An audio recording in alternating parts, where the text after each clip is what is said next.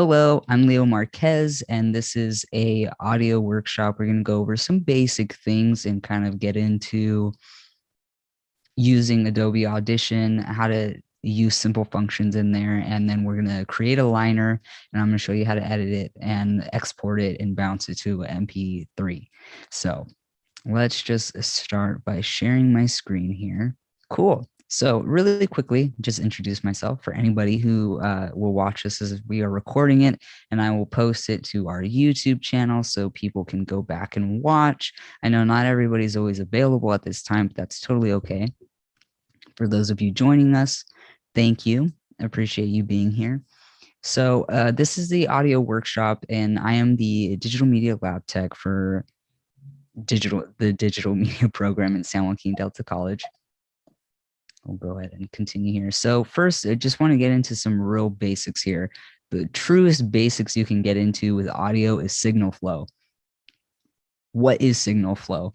It's the order of operations a sound goes through. So, right, you have it's like a race car, right? You have a start and then you have a finish.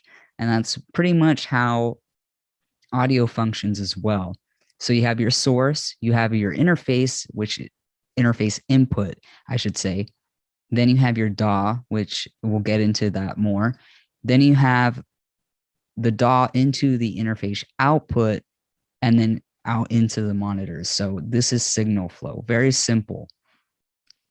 This is kind of what it looks like more as a visual representation, right? So we have a microphone. So it'd be like me using this microphone here, going into the audio interface, which I do have one here. So I have an interface here. The interface is being plugged into my computer. My computer is then feeding the source. So the output source right now in my situation is Zoom. So Zoom is recording the audio.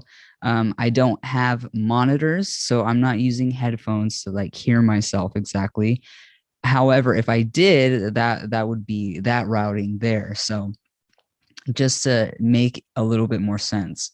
So microphone, audio interface, computer, and then your output. So where are we hearing it? Okay.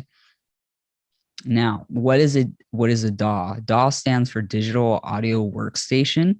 This is going to be the software of your choosing that you would use to record, mix, edit your audio projects. So some examples of that would be Ableton, Pro Tools, Adobe Audition, which is what we use as a proprietary software, Audacity, Logic Pro, and then the list can go on and on. There's all kinds of different audio softwares out there, but these are just some of the more known ones. Anyways, there's GarageBand, things like that. So those would be considered a DAW. Now, your equipment needs, what do you need in this kind of audio recording situation? What are you trying to accomplish? For one is the thing that you would think about first. So if you're trying to create a podcast, if you're just trying to do voiceover, so we're just going to go over basic setup. Okay. So this is just for simple, voiceover type stuff, or, a singular podcast, right? These would be the things that you would need. So first, microphone, right? So here, this is actually a dynamic microphone. It's a Rode Procaster, and it's really, really great mic. I have it plugged into the audio interface that I showed you just a second ago. And this is a XLR cabled microphone. So there is sometimes a USB microphone. So it just goes directly into the computer. So essentially with USB microphones, it would serve as both the interface and the microphone together. So in my situation here, I have a XLR microphone, which is going into the input of my interface. The output is feeding into this Zoom recording, right? You will also need a DAW. So what I'm going to be showing you in this workshop is Adobe Audition. Sorry, quick little stretch there. So I'm going to be using Adobe Audition. It depends on what you're using. However, majority of things kind of work the same. There's the source, input, output, right? And then depending on your choice of mic, again, you may need an audio interface with an XLR cable. So for our students, usually we have audio interfaces that they can check out, and it's a Scarlett 2i2. We also have the 18i8, which is a 4-input interface, which works really great as well. And then, of course, a mic stand, which I have here. So I have a mic stand here and a pop filter. So that's what this little contraption here is. So this pop filter is helping with the plosive sounds. So right now for me, it's a little hard. It's hard for me to word certain things because I have Invisalign. So that makes it a little difficult. But having a pop filter is very useful because it helps with those plosive sounds, right? So you could hear the kind of things. So these are definitely needed when you're doing kind of voiceover work and things like that. So you can see here in this picture, it's not exactly the best picture, I apologize. But you can see the distance here from the pop filter and the mic, okay? So you want to be at a good distance so you're still feeding into the microphone, you're still getting a good signal, but you're also not so close that you end up hearing things a little bit differently. And then, the pop filter is kind of like, what's the point of the pop filter at this point? So you can see there's a good distance between where I'm talking and where the mic is, where the pop filter is. Okay, so again with the microphone, so you can see here, there are two different types, right, that I'm showing you. There's all kinds of different kinds of microphones. Let me just tell you, but we're just going to talk about two right now.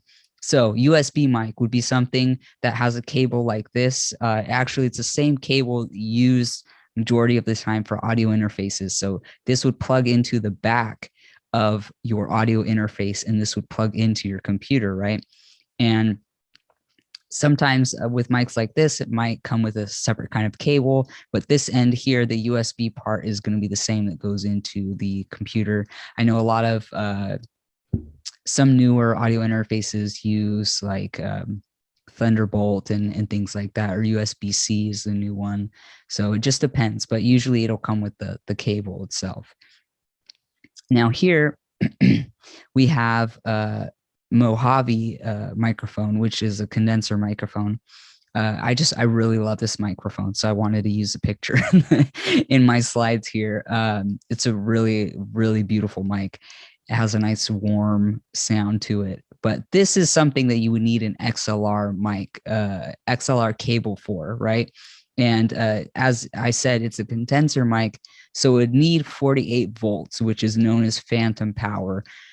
Most audio interfaces have them, but one thing that I would just suggest, if you were to go out and purchase an audio interface and a microphone, know what that microphone needs. So if it is a condenser mic, you would want to make sure that your audio interface has the capability of engaging 48 volts onto it. Mine has one, and it's only on the first input that I have. So the second input doesn't have the 48 volt capabilities. Some audio interfaces may even have it to where you hit a button and it puts it across all of the inputs. So that's something else to watch out for. Dynamic microphones do not need them. That's what the Rode Procaster here is. It is a dynamic microphone and does not require the phantom power. So again, with the audio interfaces, this is what some of them look like. They come in all different kinds of shapes and sizes. Some are very small. Some look like this. This is the Focusrite 2i2 that I mentioned earlier. This is what we use in our classes. There's another Focusrite here. Some of them look, very simplistic. The inputs are on the back here, and then the front, you just have this little knob so you can dial in whether it's the monitoring or, input gain. And then you have other simple ones like this where it might just be a one input kind of audio interface. So all different types, definitely just depends on what it is that you're looking for. Sometimes it is just, also cheaper to purchase just a USB microphone. And a lot of them work super well. We have tons of USB microphones in our equipment room. So very possible that you can get away with just that. Now let's get into monitoring real quick. So headphones are great because you can really fine tune your editing, right? So when we're listening with headphones on, we can hear a lot more, especially as we bring up the volume. The only thing you have to be careful with when you're editing with headphones on is the fact that you might have things so loud that you may forget to reference what you're doing on regular, either your computer speaker or monitor speakers.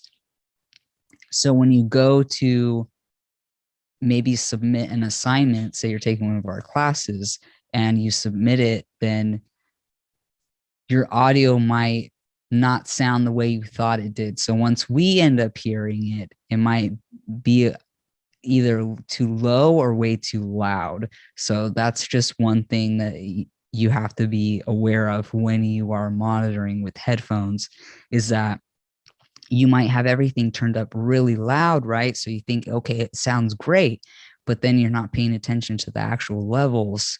So things are actually a lot quieter than you think they are, because you go to listen to them on your computer or, on speakers, and then everything sounds a lot lower than you initially thought because you had headphones on. So headphones are good for when you need to turn up the volume to listen for the errors. So you can bring those errors down, you can adjust things properly, and then bring the headphone level or speaker level to a normal volume, normal listening volume, right? Okay, so now we know some basics, right? So now we're going to open up Audition, and I'm going to show you guys how to start a project, organize your files, set up the audio hardware, and note a little couple quick keys for faster editing, how to edit the clips, and how to export. So we're going to do all that, and we're going to make a simple KWDC liner, because those are always fun to do. So I'm going to stop share real quick so I can open up Audition here. Before we get into that, I just want to show you, I have to sign in. So I just want to show you on here the folder, and how to organize your folders, right? So I created a folder, tutorial audio basics. That's what we're doing. Now, with Adobe Audition, anytime you create a project, you select a location for it to go to, it creates a subfolder for you. With other softwares like Premiere, it doesn't do that. So that's something to keep in mind. So here I created this folder because I already know I'm going to have my Audition files in a separate folder here. So what do I want to do before I open up my project is I downloaded some things that I'm going to use in this example. So I'm going to click and drag this into sound effects. I'm going to open up my other folder here where I downloaded this. And then one more time. Oops, I clicked on the wrong thing. And this one. Cool. So now I have those in there. Those are the assets that I know I'm going to be using. I'm going to go back in here and sign in. Here we go. So now we have Audition open. I'm going to go ahead and create a multi-track here. Session name is going to be what we're doing. And then I always like to do things like this because then I can keep track of, if I ever make a change, I can go back and I know which version it is that I have to go back and correct, right? So now I'm going to click on Browse here. And this is where I'm going to go to that folder that I created. So I put it over here. And now I'm going to say Choose. I want my sample rate to be 44.1, bit depth 24 bits, and mix is going to be stereo. Cool. So let me show you real quick here how it did that. So see how I said it will make a subfolder for you. So now we have this here, and now all of our files will end up in here. Auto saves, things like that will pop up there. So now what I want to do is I want to record something, but before we do that, I'm going to click on default stereo input and then click on hardware. Just to show you, this is where you want to make sure that your input and output is set up correctly. So I have an interface. It's my IO2. I'm going to say yes. And then my default output says Zoom audio device, right? Because I want you guys to be able to hear. So let's go here again. We're going to say mono, left, front left, because I'm in input 1. So for me, that's what that is. I'm going to arm it. And now you can see we're getting signal. So this is me talking. And now we're going to record something. So I'm going to do a little liner. Also, note that you should be in an area where you can record and it's fairly quiet. So for me, this is an example. We'll see how it comes out. I'm not exactly in the best location to record, but we're going to do it anyways. So here we go. You are listening to 93.5 KWDC Delta College Radio. All right, so something real simple, right? And we're going to play it back. You are listening to 93.5 KWDC Delta College Radio. All right, so we can see our signal is still a little low. So I always have this issue with my audio interface. I don't know why. If I bring the input gain all the way up, it still comes out just like this. So now what are we going to do? We're going to edit things, right? If I hover over here with this little finger and the arrows, right, I can click and pull it up. So this is going to increase our clip gain. Okay, so now if I play it back, hear the difference. You are listening to 93.5 KWDC Delta College Radio. And that actually doesn't sound too bad. And I have the fan on and everything. So we're gonna play around with this. So if I click on the clip here, you don't want to click here because then you'll end up messing with the volume or you'll mess with the pan. So we want to click up here, hold it, and you can drag it, right? So I'm just going to move it over just slightly. And then I'm going to scoot this back. And up here, you can see this big bar. If we click on it and we move it left or right, we're zooming in and out. Okay, so we want to zoom in just a little bit so I can clean up this little bit right here. So I'm going to hover over the left. When we get that little icon, you can click and drag it in so we can cut that part off, right? Okay, so now I'm going to zoom out a little bit, bring this over, and then over here, I'm going to cut it off just a little bit. And if I hover over the top right corner, I can create a crossfade. So I'm just going to create a very subtle one there. Okay, and now I'm going to go back into my folder where I had placed those sound effects, and I want to use this little one. So it's like a little, you know, DJ scratch kind of thing. So let's play with this here. And to get it into your multi-track, you simply just click and drag. So you saw how I did that. You just click and drag it in there. And then now you'll end up getting the sounds in here. So if I hit save, let's go file, save, it's going to bring up this. So whenever it brings up this, you want to say yes, because it's going to copy this file into that audition folder. So let me show you that real quick. So you can see here, it now has a folder that says imported files.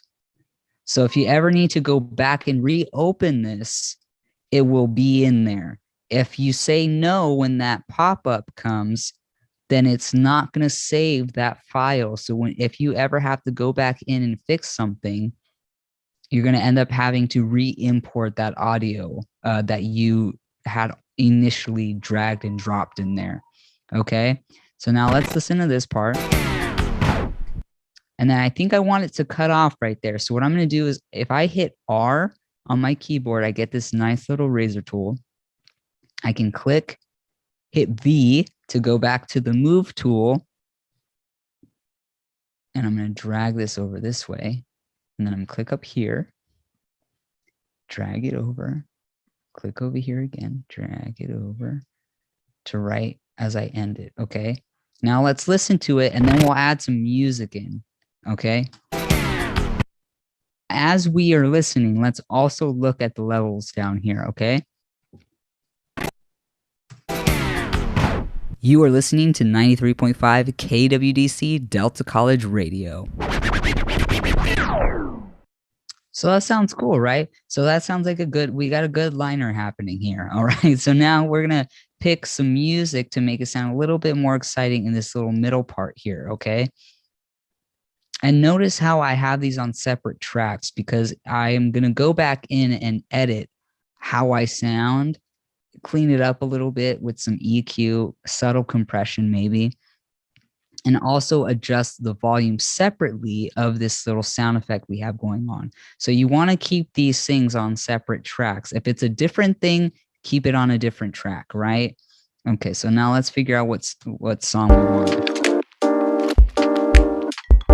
That one sounds cool. I think I like this first one better. So we're going to drag and drop this to track 3. You can also keep organized. If you click to where it says track 1, track 2, track 3, and so on and so on, you can change the name of the track. So here I can put voiceover. Here I can put DJ Scratch. Here I can put music, right? So we're nice and organized. Okay, so where do we want the music to start? Maybe midway in this scratch might be cool. Let's see. I'm going to do a little crossfade here. And if you, as you're clicking and dragging this over, if you move it up or down, you can change the shape of the crossfade. So let's see here. And then maybe we do something like this. So I'm going to cut it off right here. And then we'll delete that part. So let's listen. You are listening to 93.5 KWDC Delta College Radio. So that doesn't sound too bad. I kind of like that. I think I might drag this over just a hair. Make another crossfade there. And now, so you've seen that I haven't adjusted anything to the volume. Everything is at the volume that it was at, right? So what I want to do is I want to go in here and listen to it. So that way we can make little adjustments. So that we're editing right now. This is the editing mixing process, right? So if we click over into the mixer window, which is right next to where it says editor mixer, we can look at the levels a little more clearly on each track. So let's hear. You are listening to 93.5 KWDC Delta College Radio. So we might just bring these down just a tiny bit, okay? And now what I want to do is I want to put a little EQ on my voice here. So I clicked on track 1, and you know you're on that track because it'll be highlighted here. So you can see how the color changed just slightly. So if I click up here, we're on track 1. If we click here, we're on track 2. If we click here, we're on track 3. Okay, so we're going to adjust on track 1. Parametric EQ. We're going to hit play. You are listening to 93.5 K. So we can hear it a little more clearly. I'm going to solo track 1. Okay, so you can solo and mute, right? So we want to solo it, so we're only listening to track 1 right now. You are listening to 93.5 KWDC Delta College Radio. Let's hear it again. You are listening to 93.5 KWDC Delta College Radio. And sometimes you have to listen to things over and over again to really hear what's happening. You are listening to 93.5 KW. So you can hear the differences there, right? There's also little presets. So listen to this. We can do like a, here we go, old time radio, right? So let's see what that sounds like. You are listening to 93.5 KWDC Delta College Radio. So it drops in volume, but you can hear and see where these drops in frequencies happened, right? You are listening to 93.5 KWDC Delta College Radio. I'm going to take it off. You are listening to 93.5 KWDC Delta College Radio. So I'm just going to make little subtle adjustments here. To 93.5 KWDC Delta College Radio. So I like that. I like how that sounds. I'm not going to do anything too crazy. I'm going to unsolo it so we can listen to everything all together. You are listening to 93.5 KWDC Delta College Radio. And now, finally, since I like how everything looks, I'm going to cut this back a little bit. Oop. Bring this back. And so you can see where I have my cursor here, right, on the timeline. So we have this. I'll bring this over here, hit O.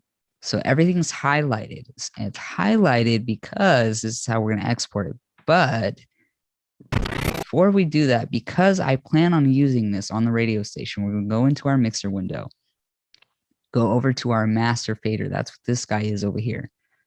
I'm going to click here, go amplitude and compression, hard limiter, and I'm going to adjust this to -3. And I'm going to listen back real quick so I can check my levels and make sure that my levels are not going past -3. And they're also not too far below -3. So let's see here. You are listening to 93.5 KWDC Delta College Radio. So we're going to listen again one more time. Oops. You are listening to 93.5 KWDC Delta College Radio. So now we see that we're not going past. So what did I just do? What is a hard limiter? Hard limiter, think of it as like you're setting a ceiling on a house, right? Because you don't want to have no roof, right? We don't want people to see into your house. So that's what you're doing. The hard limiter is setting a ceiling so the volume cannot go past that point. So it's not going past -3. Why do we do that for radio? Because it is a broadcast standard. If we don't do that, then things that are too loud will sound too muffled and too distorted on the radio. So we want to set some type of boundary so the volume is perfect, basically. And as you can see, it wasn't too far below -3. It was hitting it, but not too much. So we don't want it to be slamming against the -3 dB limit, but we just want it to kind of fluctuate to that point and stay just slightly below that point. So we want to always be between -6 and -3. That's where we're at. So now we're going to keep it like that. And now we're going to export this. So we're going to go to File, Export, Multi-Track Mixdown, Time Selection. Because what we did here is we selected a time frame. So we have a start and a finish of where we want it. If I don't do that, then it's going to export this entire session. So that means it's going to play this, and then the rest of this is going to be dead silence. We don't want that, right? So we want to select what we're doing and export only that. So if I go export multi-track mixdown, time selection, we're going to go in and export it to MP3 as simply as we have it. Okay, so we're gonna hit browse. I'm gonna go here, videos, tutorials, audio basics, and I'm gonna save it into this folder here. Okay, I want to take off this mixdown because that's too long, and we're gonna have it like this.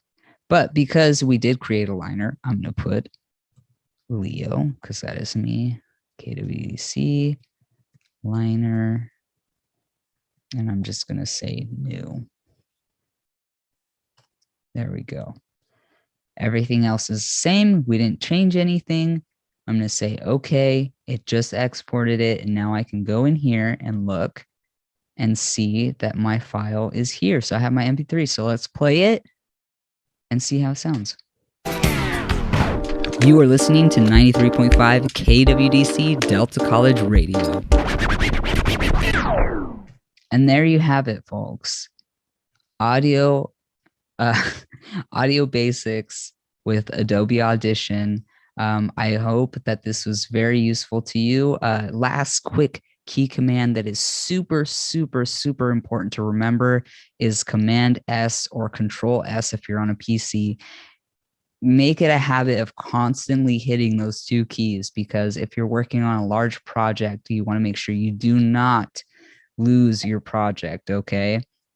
So we want to always be saving, always hit yes when that pop-up says, do you want to save these additional files into your folder? You want to say yes. And that way you can always be sure that if you go back into your folder, those files will be there, right? So again, imported files, there they are. There are the two things that I imported. Very important.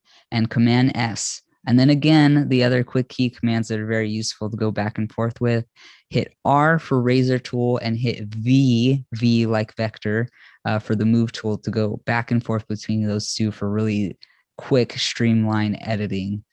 So that is all that I have for you guys. Thank you for joining me, and I'll see you at our next workshop.